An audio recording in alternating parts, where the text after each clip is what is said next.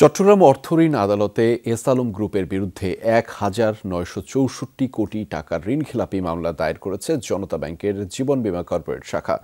আদালত মামলাটি গ্রহণ করে গ্রুপটির মালিকানায় থাকা ফার্স্ট সিকিউরিটি ইসলামী ব্যাংক ও আল আরাফা ইসলামী ব্যাংকের প্রায় ৭,৪৩,০০,০০০ শেয়ার হস্তান্তরের নির্দেশনা দিয়েছেন।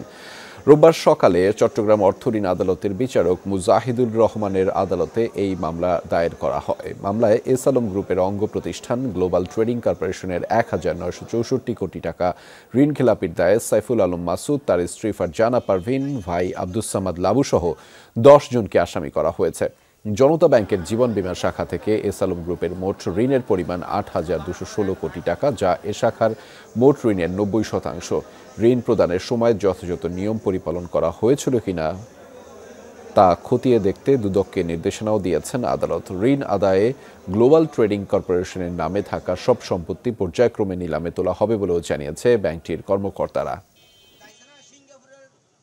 সাইফুল আলমের ফার্স্ট সিকিউরিটি ব্যাংকের যা সিকিউরিটি আছে তা সবগুলো করে শেয়ার।